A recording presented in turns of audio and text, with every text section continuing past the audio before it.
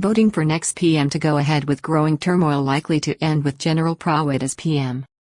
Already this week, the Bhumjaithai Party leader Anutin Charnvirakul has a problem with a proposal from Pheu and Mr Srettha Thavisin to vary ministries in any incoming government. The potential rejection of Mr Srettha Thavisin in the coming vote on his nomination in Parliament will hand the initiative over to Mr Anutin and ultimately the Prime Minister's chair to General Prawit Wongsuwan. The Constitutional Court, on Wednesday, cleared the way for the parliamentary process to elect Thailand's 30th Prime Minister to continue when it rejected petitions made against the blocking of Mr Pheu Bhumjaithai's renomination on July 19 last. A new vote on the nomination of Pheu's Mr Srettha Thavisin is likely within the week, but there are doubts as to whether it will succeed, opening up the possibility of a Bhumjaithai Party-led effort to form a government and the eventual election of General Prawit Wongsuwan as Thailand's next PM. Deputy Prime Minister Anutin Charnvirakul spoke with reporters on Tuesday when he touched on a potential dispute between the Bhumjaithai Party and Pheu Party over his desire to retain his party's current ministries in any new government. On Wednesday, following the Constitutional Court's decision to dismiss petitions relating to the renomination of Move Forward's Pheu Bhumjaithai as Prime Minister on July 19, the way was cleared for the nomination of Srettha Thavisin this week. The failure of his nomination to gain 375 votes would lead to the Bhumjaithai Party being given the initiative and the eventual election of the Palang Pracharat Party's leader General Prawit Wongsuwan as the kingdom's next prime minister.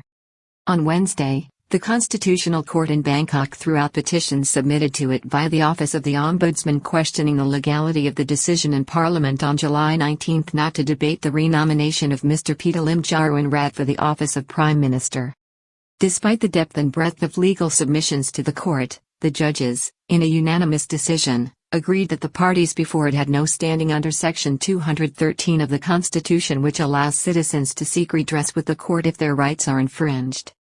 Pheu Bhumjaithai should have brought a petition to the Constitutional Court as others lacked standing, the basis for Wednesday's unanimous decision. The decision inferred that Mr Pheu should have brought the proceedings himself for the matter to be adjudicated on. It had been accepted by most legal analysts and constitutional scholars that the point of law before the court was a substantial one, as it involved the separation of powers between Parliament and the courts, as well as the process to be followed in future prime ministerial nominations depending on whether such proceedings are subject to parliamentary regulation or are governed directly by the Constitution, with Parliament acting in a special role required by the Charter. PM votes suspended indefinitely as Constitutional Court asked to review last vote in Parliament. For now, the decision made by Parliament on July 19 stands, meaning a person can only be nominated once for Prime Minister in any parliamentary session, treating such nominations in the same way as any parliamentary motion before the body. No decision on a substantial legal issue. Wednesday's decision does not make a formal pronouncement on the legal question, but in its aftermath, attention now turns to when Parliament will sit to hear the nomination of the Pheu Party for Prime Minister as negotiations continue between it and the Bhumjaithai Party as well as the Palang Pracharat Party. In recent days, there are reports also of tentative approaches to the United Thai Nation, Ruam Thai Sang Chart, Party. On Tuesday, Deputy Prime Minister and leader of the Bhumjaithai Party, Mr Anutin Charnvirakul, spoke to reporters after a meeting of the Bhumjaithai Parliamentary Party had concluded. He confirmed that his understanding was that his party, which controls 71 MPs in Parliament, will be offered 8 cabinet seats including 4 senior ministries and 4 junior ministries, in the next government. Deputy Prime Minister Anutin Charnvirakul is a potential clash with Pheu over his determination to retain the party's old ministries. However, a key issue has arisen between Bhumjaithai and Pheu over Mr Anutin's insistence that his party be allowed to retain the ministries it controlled in the government of General Prawit. There have been credible reports of dissatisfaction within the health service at the prospect of Mr Anutin being returned as Minister for Public Health, with strong opposition from doctors' groups and representatives of the medical establishment. They are objecting on the grounds of Mr Anutin's style and his approach to the administration of the department, including the allocation of budgets, with many being critical of his handling of the legalization of marijuana, which continues to be a significant controversy in the kingdom and which the Pheu Party had promised to reverse in government. At the beginning of his interaction with reporters on Tuesday, Mr Anutin suggested that the Bhumjaithai Party may assume control of the Ministry of Culture and jokingly performed a dance to reporters indicating that he was ready for such a challenge. Anutin bridled at the latest Pheu suggestion, put forward by Srettha Thavisin, that his party's continued control of ministries lacked transparency. However, the Bhumjaithai leader also stated his opposition to suggestions from Pheu that there should be a rotation of ministers from the previous government based on the need for transparency. Mr Anutin explained, "It was said that it was impossible for us to hold the old ministries because it is not transparent. This is unacceptable. It's not. We only work with transparency, straightforwardness and dedication. It must not be a question of transparency. We do not have any actions that are not transparent."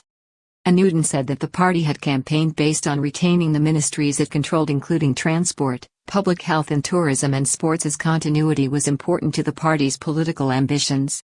When asked if he was going to take up the matter with the leadership of Pheu, including the prime ministerial nominee Mr Srettha Thavisin, who has been publicly associated with the policy of rotating ministers in any proposed cabinet, Mr Anutin indicated that discussions were ongoing on both an informal and formal basis. However, he made it clear that, at this stage, he was conscious of the need right now to gather the support needed to elect Mr Srettha as Thailand's next prime minister. Srettha's election prospects undermined by claims linked to an extension tax avoidance scheme linked to the property firm he resigned from this year.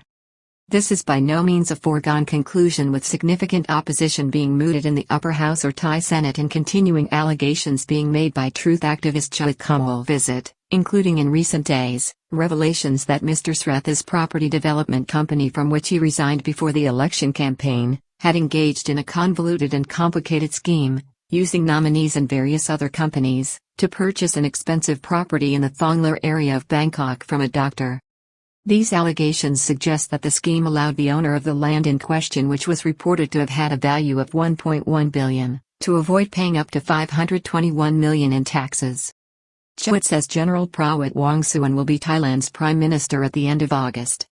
The company associated with Mr Srettha has repeatedly issued strong statements denying any impropriety, and the prime ministerial nominee has launched defamation proceedings against Mr Choit Kamal visit, seeking 500 million in damages from the former massage parlor boss turned political activist who claims he has not long to live.